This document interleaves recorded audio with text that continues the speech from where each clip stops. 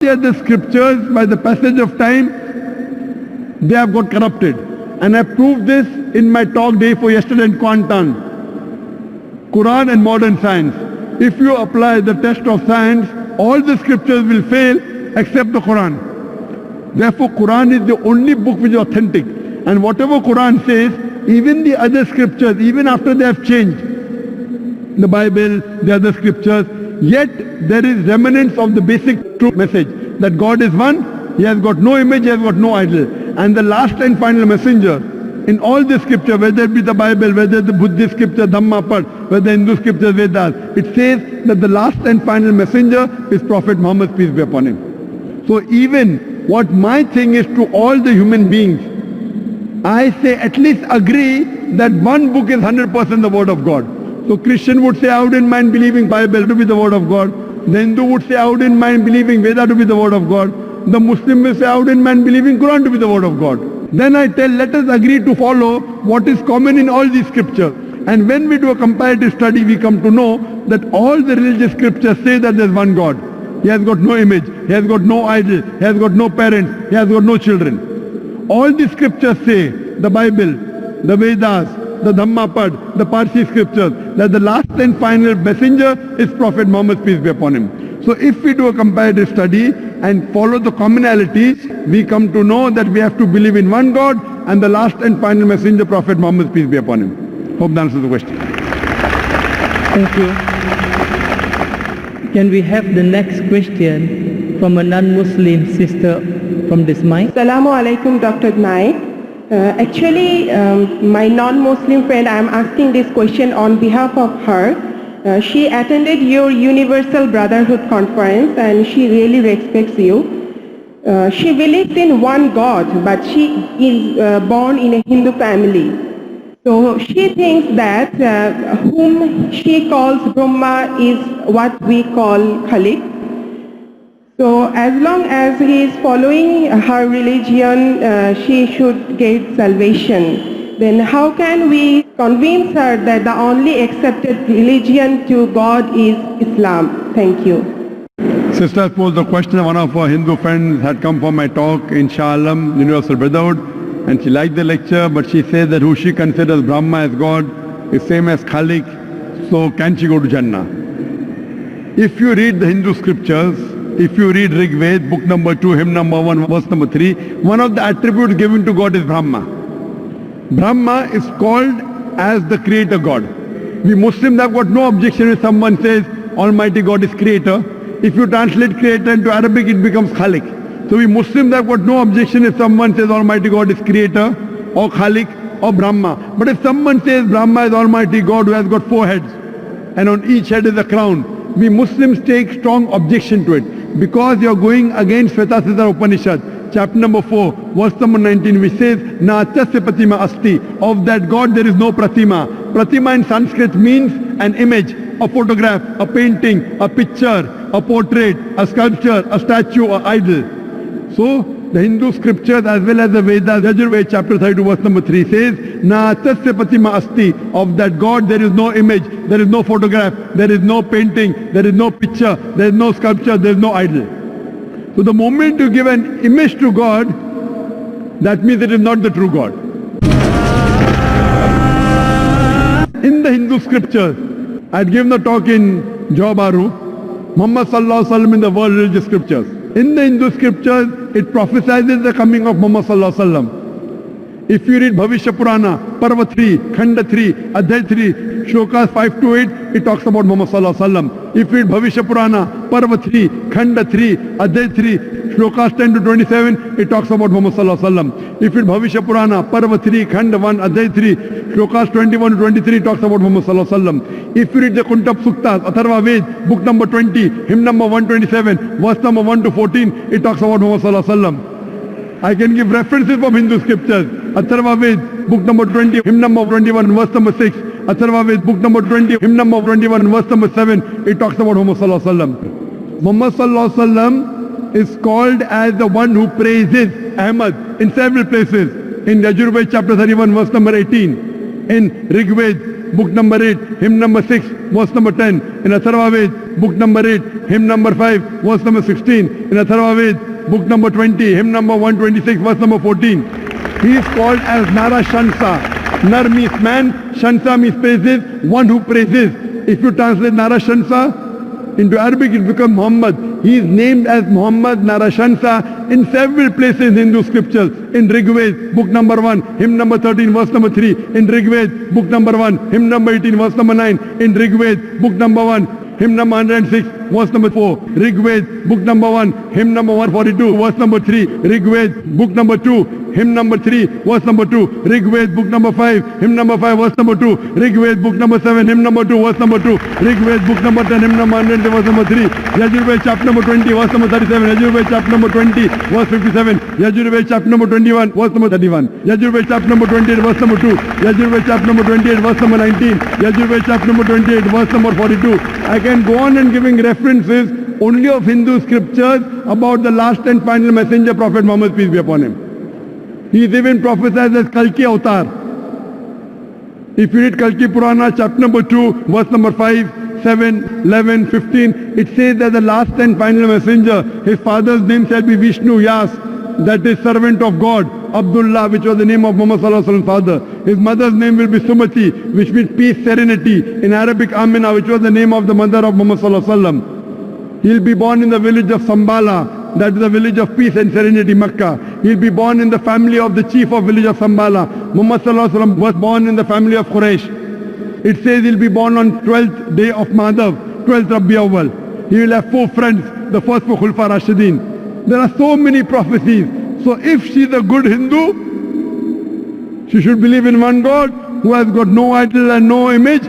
He should believe in the last and final messenger, the Kalki Avatar Muhammad Sallallahu Alaihi Wasallam. Hope that answers the question. Thank you. Can we have the next question from non-Muslim brothers at the back? Yes. Okay, go ahead. Good evening, Dr. Zage Naik. My name is Kamalanathan. I'm a student.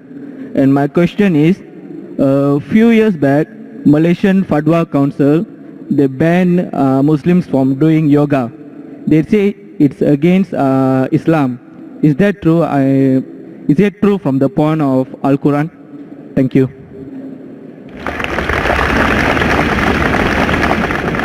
Well, that's the question that some council in Malaysia banned Muslims from doing yoga because it's against Islam. We're asking that is it against the Quran? Brother, yoga is a form of exercise which is derived from various places including the Vedas. And in yoga you may say things, for example, I'm aware of something, I'm not an expert in yoga, but I'm aware that in yoga you may have to say certain things like Om and narrate and chant certain things. All these things may lead to shirk. It may lead to shirk. That means you're calling somebody else as the creator besides Allah subhanahu wa ta'ala. In Islam, as I mentioned in my talk, according to Surah Nisa chapter 4 verse 48 and Surah Nisa chapter 4 verse 116, Allah will forgive any sin, but the sin of shirk He'll never forgive. Shirk is associating partners with God. So if you associate anyone else with God, call anyone else God besides the true God Allah, then it is shirk. So these things many a times lead to shirk.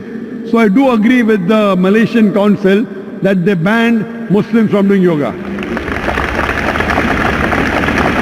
Thank you.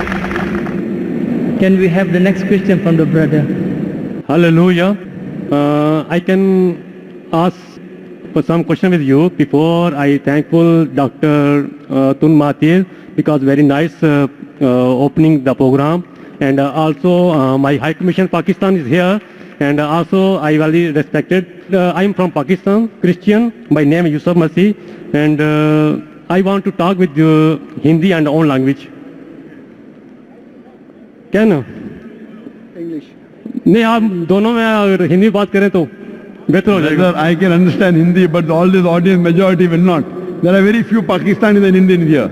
So if you can speak English, speak in English. I have a lot of questions. Ask one question which is the most important. But I want to ask with our language, easy for me and easy for you. Okay, you ask in Hindi and I'll translate into English. Just now, one sister asked you some You question. ask in Hindi, I will translate in English. Yes, brother.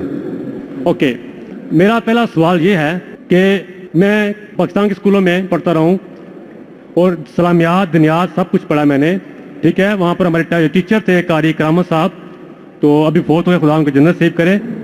तो वहाँ किताबों में लिखा है कि नबी मोहम्मद सब नबियों के नूर हैं, ठीक है। दूसरी तरफ आपने काफ़ी प्रोग्राम आपने देखे हैं मैंने, आपने हमेशा लफ्ज़ इस्तेमाल किया हसाई। हम हसाई नहीं हैं, ठीक है। बाइबल में आपने पढ़ा होगा, बाइबल में आपको लफ्ज़ हसाई कभी नहीं मिलेगा, ठीक है। ये आपने नाम दिया है।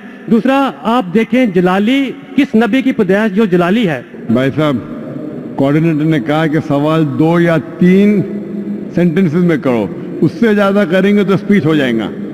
आपका सवाल क्या, आप सवाल कीजिए, मैं जवाब दूंगा। 2 या 3 सेंटेंसेस में आप सवाल कीजिए। और मैं भी आपकी तरफ बढ़ना चाहता हूँ ना। तो आप क्या कीजिए, हॉल हायर करो और पेपर में इश्तिहार दो कि मैं तकरीर करने वाला हूँ, जो आने के आएगा। वही ना, तो आज आपकी तकरीर सुनने के लिए लोग ने आए, तो ये सवाल जवाब का सेशन है। आप सवाल पीछे 2 या 3 सेंटेंसेस में बस। आप ये बता दें इन दोनों नबियों में जलाली पैदाइश दोनों में किसकी थी? कौन से 2 नबी में से? नबी मोहम्मद और यसू अल मसीह में।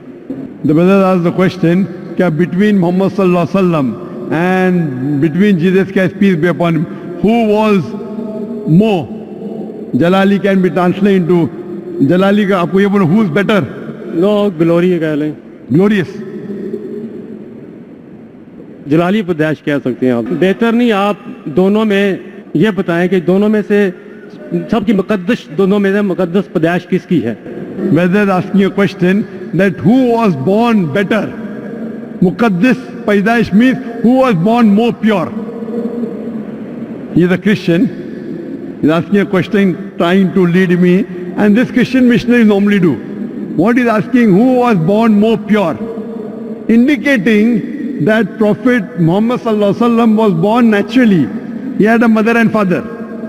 Jesus Christ peace be upon him had a mother but no father. So normally Christian missionaries ask this question, which is beating around the bush and then asking that Prophet Muhammad had a mother and father. Prophet Jesus had a mother but no father. Who's greater? Who's greater? The reply to this is given in the Quran in Surah Al-Imran, chapter 3, verse 59, which says, Inna masala Isa inda Allahi ka masala Adam, khalaqa min turab, summa qala lahu kun fayakun. The similitude of Jesus in the sight of Allah is the same as Adam, peace be upon him. He was created from dust and said, be, and it was. If he wants to say that Jesus Christ is superior, he is God because he was born without a father, then Adam, peace be upon him, is greater God. He had no mother and no father. No. आदम को खुदा ने बनाया था। भाई साहब, आपने सवाल पूछे, मेरा जवाब सुनो। अभी मेरा जवाब खत्म नहीं हुआ। आपको लेक्चर देने का तो हॉल हायर को इश्तिहार दो। ये लेक्चर का टाइम नहीं, ये सवाल जवाब का टाइम है। आप मेरा जवाब सुनिए। If they say that Jesus is God because he had got no father, then Adam, peace be upon him, is greater God according to the Bible and the Quran, because he had no mother and no father. So the reason is that Almighty God is the creator. He can create in different ways. Normal human being to born, you require mother and father. But Almighty God even can create without mother and father, that is Adam, peace be upon him. He can create with mother without a father, that is Isa alayhi salam. With a man and without a female is Bibi Hawa. Allah subhanahu wa ta'ala is the creator. So just because Jesus Christ, peace be upon him, has no father, that does not make him God. If that is the case, then Adam, peace be upon him, is greater God, which Christians will never agree. So this is what Quran says. When you talk with the people, non-Muslim, ta'alaw ila kalimatin sawa'im bainana bainakum. Come to common term as between us and you. So this is of Christian missionaries. They try and catch fish. They try and catch fish. They try and trap the Muslims by quoting from the Quran, and the Muslims who don't know comparative religion, they get trapped. If you hear my lecture, Deceit in Christian Evangelism.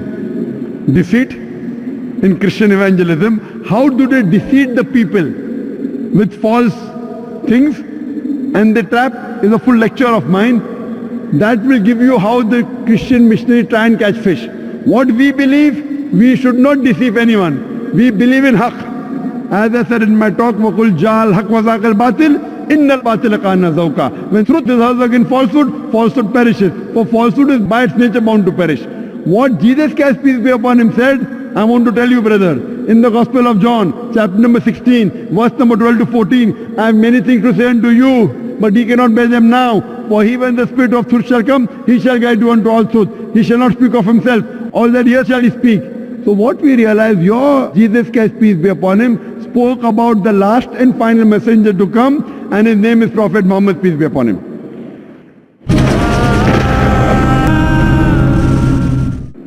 Do we have a question from the brother at the back, non-Muslim brother?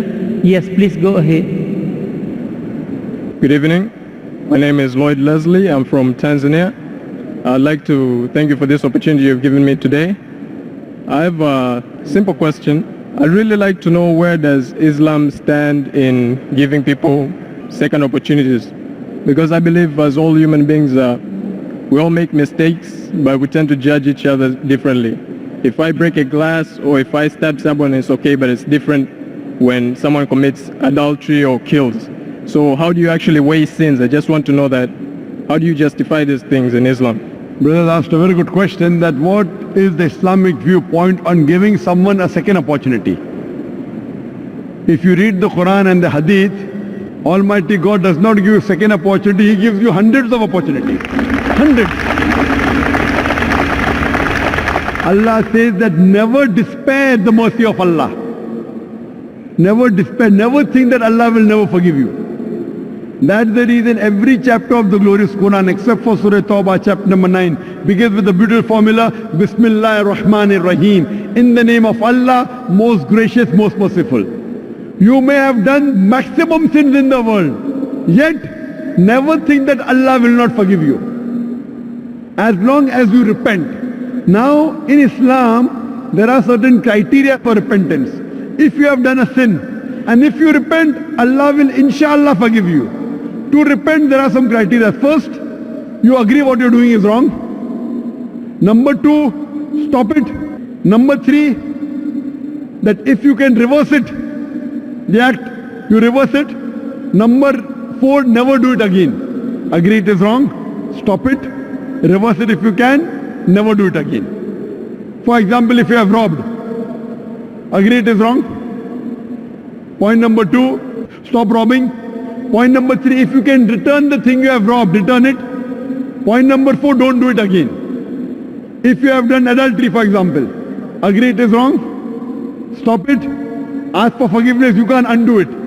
Ask for forgiveness, don't do it again. What about capital punishment? How do you explain? Brother, that's a very good question. How do you explain the capital punishment? If someone has done adultery, what is the capital punishment? In Islam, capital punishment is there if there are 4 witnesses.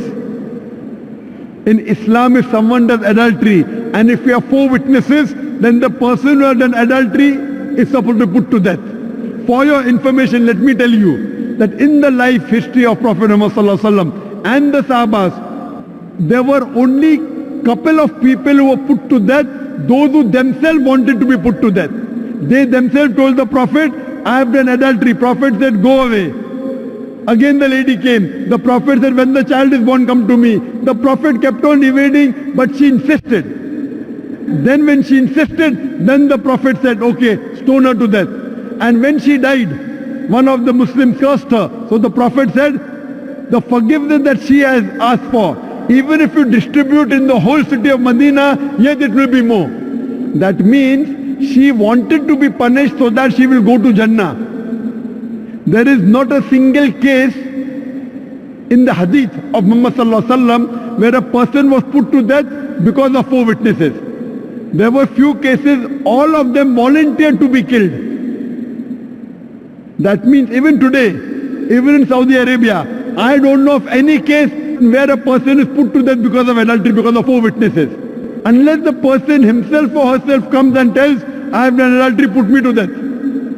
That means don't do adultery in public. It's a big sin. It's a major sin. It's the 10th major sin in Islam. But if you do adultery, it is between you and Allah. You ask for forgiveness, don't do it again, Allah will forgive you. Again you do adultery, again ask for forgiveness, and you repent, Allah will forgive you. The capital punishment only comes in the case where you do it publicly, and if there are 4 witnesses who give witness, that means don't spoil the society. If you are doing hidingly, it's a sin. Don't do it, but you are doing alone. So all the punishments have got certain clauses in Islam. And Allah says that even if you have done a sin as much as a mountain, ask for forgiveness, Allah will forgive you. So in Islam, Allah is the God who is most merciful, most gracious, most benevolent. Whatever sins you have, you ask for forgiveness, Allah will forgive you. You change your lifestyle, repent correctly, and inshallah you'll go to paradise. Hope that answers the question. Thank you very much. Thank you. Do we have a question from the brothers Mike at the back? Okay, go ahead. Hi, I have a question. How Islam see if a person is without religion, but he is happy and satisfied to his life? In logically, we can believe that a happy person will not easy to getting a criminal. The brother has said that if a person is happy in life, he will not become criminal. Many criminals become happy. So I disagree with your philosophy. There is no philosophy that a person who is happy in life will not become criminal. A person becomes a criminal and yet happy. As far as the basic question is, what does Islam have to say about if a person who does not believe in religion? What is the definition of religion is important. Everyone has certain way of life. Religion by definition means a way of life. Everyone has certain way of life. He may not believe in God, that's different. But everyone has a certain way of life. And that way of life, if it matches with the Quran, it is correct. We have to follow the way of life as prescribed by our Creator, Allah subhanahu wa ta'ala. Quran says in Surah Al-Imran, chapter 3, verse number 19, Inna dina inda Allahi al-Islam. The only religion, the only way of life accepted in the sight of Allah is Islam. Islam means submitting your will to Almighty God and following the commandments in the Quran. This is the only way that you can acquire peace, by submitting your will to Almighty God. And Allah says in the Quran in Surah Imran chapter 3 verse 85, if you desire and practice any other religion besides Islam, it will never be accepted of you, and in the hereafter you'd be among the losers. Hope that answers the question. Thank you. Can we have the next question from the mic in front? My name is Chandran. Good evening, Dr. Tun Mahathir. How are you, sir? And Dr. Zakir, how are you, sir? I have deep respect for you. I've heard you in the YouTube many a times, and I know who you are, sir. Okay. You said about the ratio of conversion. Dr. Zakir said India was ruled by Muslims for 1,000 years, and India is still Hindu. America and Europe may become Muslim countries because of you. But 1,000 Zakir Naik. Naik means up in Malay, no? For 1,000 years from now, Hinduism will not turun, but will Naik. For now, India will be Hindu, for even for 1,000 more years. Even if the world is broken, up tomorrow, a Hindu will pray Namah Shivaya. Thank you, sir. The brother asked the question that I said America, many people accepting Islam, and if Muslims ruled India for 1,000 years, yet 80% are Hindus. Naik means up. That was trying to prove that Islam wasn't spread by the sword. That answer I give in context, that if Islam was spread by the sword, then the Muslims, when they ruled India for 1,000 years, they would have forced everyone to become a Muslim. They did not do that. Regarding Hindu, brother, Hindu is a geographical definition for a person living in India. By definition, I am a Hindu. Hindu is a geographical definition, and I will remain a Hindu. It is not a religious definition. According to Pandit Jawaharlal Nehru, the word Hindu did not appear in any of the Indian literatures until the Arabs came to India. This word Hindu was given by the Arabs. Hindu means living in the land of India. Even today when I go to Gulf countries, Saudi Arabia, they call me Hindi. Hindi means Indian. So Hindu is not a religious definition. It's a misnomer. Therefore Swami Vivekananda said that Hinduism is a misnomer. They should be called as Vedantist. So if you say Hindu, yes, India will be there, inshallah. And I'm proud to be an Indian. And the people living in India are called Hindu. It's a geographical definition. It is not a religious definition. Nowhere will you find in the Vedas or Upanishad the word Hindu. It all came after the Arabs gave this word. The right word should be Sanatar Dharma or should be Vedantist. So this word is a misnomer. So geographically I am a Hindu because I live in India and it will remain there. But as far as the religion, the fastest growing religion throughout the world today is Islam, not only in the Western world, even in the Eastern world. Throughout the world today, the fastest growing religion in the world is Islam. And inshallah, this religion will keep on spreading. As you said, Naik going on top. I know that. Someone told me that.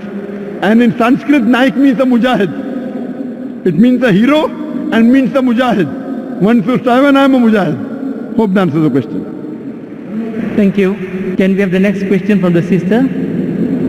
I have a question here from a non-Muslim sister, but she don't want to come in front. Okay, we will accept here once. A non-Muslim sister has accepted Islam. She believes in one God and prayers, but she cannot tell her family as it is will endanger her life. Her family wants her to marry a non-Muslim. If she marries a non-Muslim, does that make her a non-believer again? The sister has said that she believes in Islam, she believes in one God, she has become a Muslim, but her family doesn't like it and family wants to force her to marry a non-Muslim. So does that make her an unbeliever? It's clearly mentioned in the Quran. Allah says in the Quran in Surah Baqarah chapter number 2 verse number 221 that do not marry an unbelieving woman, do not marry an idolatress until she believes. A believing woman is far superior than an idolatress even if she allows you. And the verse continues, do not marry an unbelieving man, an idolater, until he believes. A believing man is far superior than an idolater. So marrying a non-Muslim according to the verse of the Quran, a person who does shirk is prohibited. It's not allowed in Islam. If she has accepted Islam and she believes that Islam is the right religion, she believes in one God and Prophet Muhammad Messenger, then she should marry a Muslim only. If she marries a non-Muslim, it's not allowed in Islam. Hope that answers the question. Thank you.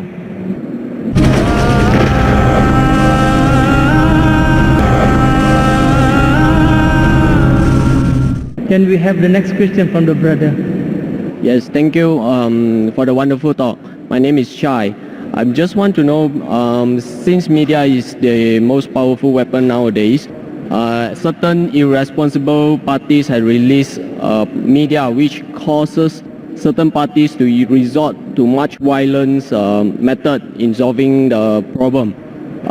According to Al-Quran, what is the best approach for this kind of scenarios?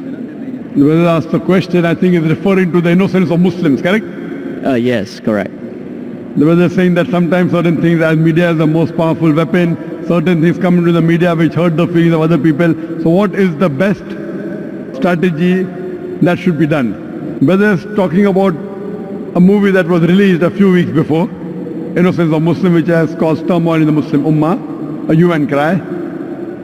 And I have given a reply that how Muslims should behave. Normally what happens that whenever such issues come, it's common for the Western world to bring out things which are against Islam. We had the case of Salman Rushdie wrote satanic verses, Tasliman Nasreen wrote Lajja, then we have the Danish cartoons, now we have Innocence of Muslims. See, normally when such things come, almost all the Muslims jump into the agitation. Number one, what happens is, that if Muslims are doing certain productive activity, for example, one person is doing some 100 points of activity, I'm doing 100 points, he's doing 100 points. When such things happen, everyone jumps into it and we stop our normal activity. Maybe from 100 goes to 0.5. And we all jump into these things. Muslims are emotional, that is good, mashallah. But what happens? The growth of activity stopped.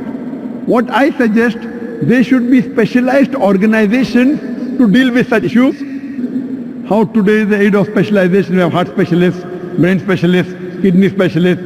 We should have specialized Muslim organization to deal with these issues so that the other Muslims can continue with their normal routine activity of spreading Islam and not stop the growth. For this, I suggested 6 strategies. Number 1, what I suggest is, there should be a battery of international lawyers. The best lawyers from different parts of the world, maybe the best lawyers from Malaysia, from Muslim Gulf countries, maybe from India, maybe Sri Lanka, from different parts of the world, maybe best lawyers from UK, from USA. Whenever such things happen, we should file a case in the International Court of Law. I don't believe we will get justice. I know the International Court of Law is far away from justice, especially where Muslims are concerned. But at least we will put our point through. Have the best of lawyers. The person who has done the act, he should be brought to task. Even if the law will not punish him, but he'll have a hell of a time replying to it. Number 1, we should have battery of international top lawyers. If required, we should hire even non-Muslim lawyers. Put a case in the International Court of Law, point number 1. Point number 2, the Muslim countries should protest officially. Through the foreign ministers of the country, they should protest through the ambassadors in that country that what has happened is wrong. Whichever country is involved in doing this act, all the Muslim countries through the foreign ministry, through the ambassador should protest, number 2. Number 3, we should give an intellectual reply to that act. Intellectual reply to satanic verses, intellectual reply to Danish cartoons, intellectual reply to Lajja or to innocence of Muslim.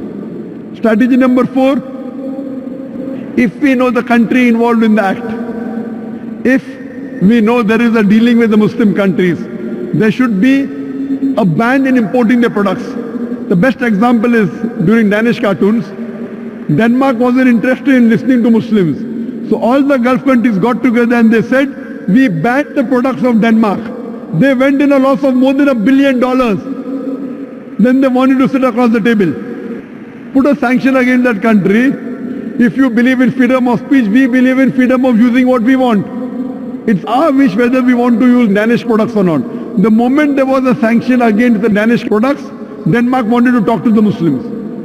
This is strategy number 4. Strategy number 5, all the Muslims throughout the world should protest via email, via letters, via fax.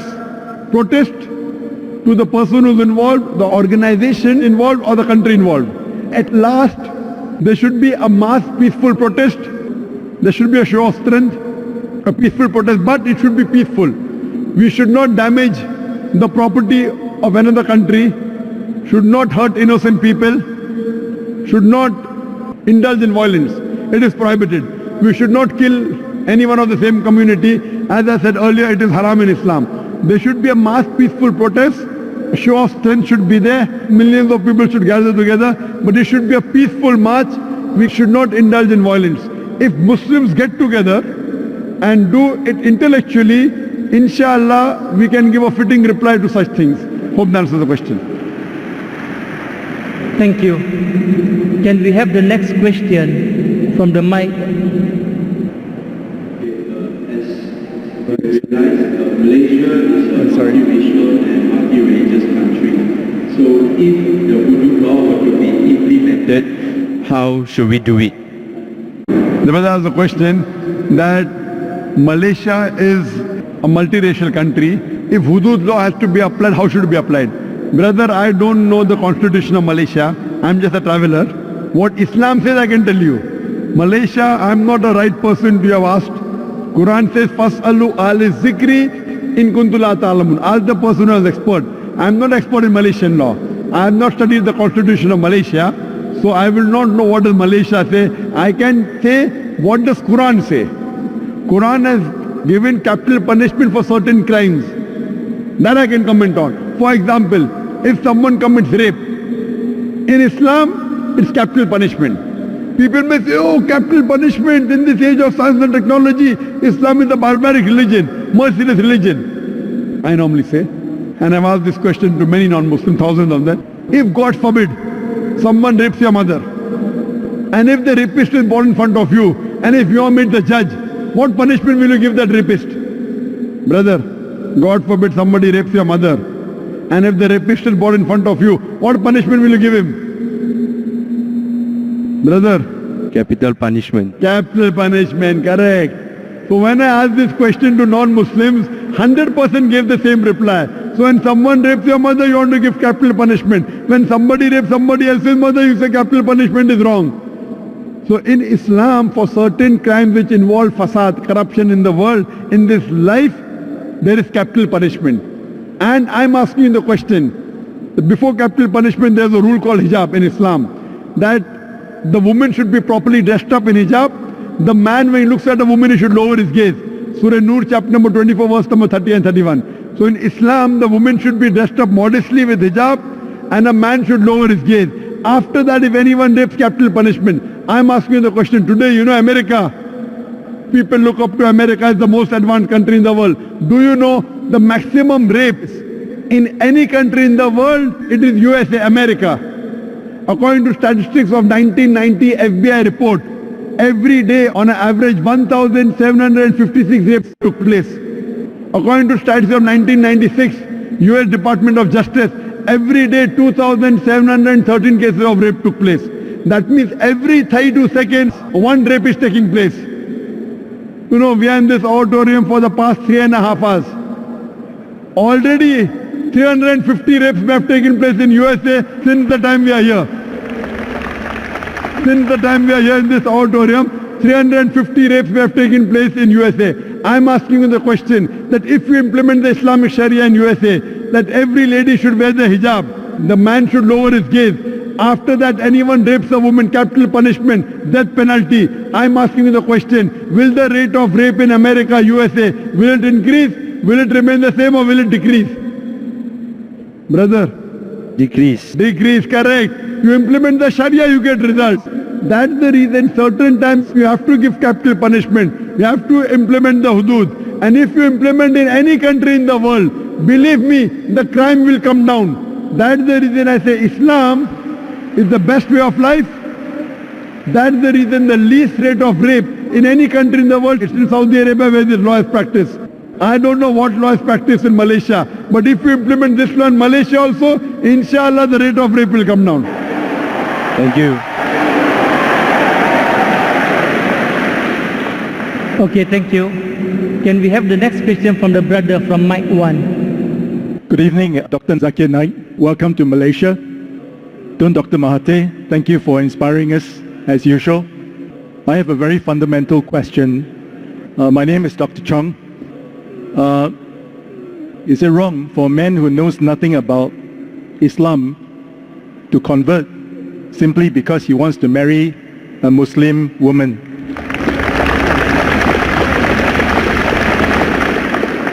Is it wrong for non-Muslim, if he doesn't know about Islam, to convert only because he wants to marry a Muslim girl? Correct. Is it wrong? Brother, it is not recommended, but it's not wrong, it is correct, because it's coming closer to the truth. Better would be that the person reads Islam, understands Islam, and accepts it and then marry, rather than he is only converting for marriage. But even if he converts only for marriage, many a time love is blind. But that may be one of the stepping stones for coming towards the truth. So if he only converts because of marriage, as long as he practices Islam after that, no problem. But better would be he reads Islam, understands, accepts it, and then marries, rather than only for namesake become a Muslim and then marry. But many a times I know personally, many non-Muslims who only accept Islam because of marriage, but later on they become practicing Muslims. Main important is the end result.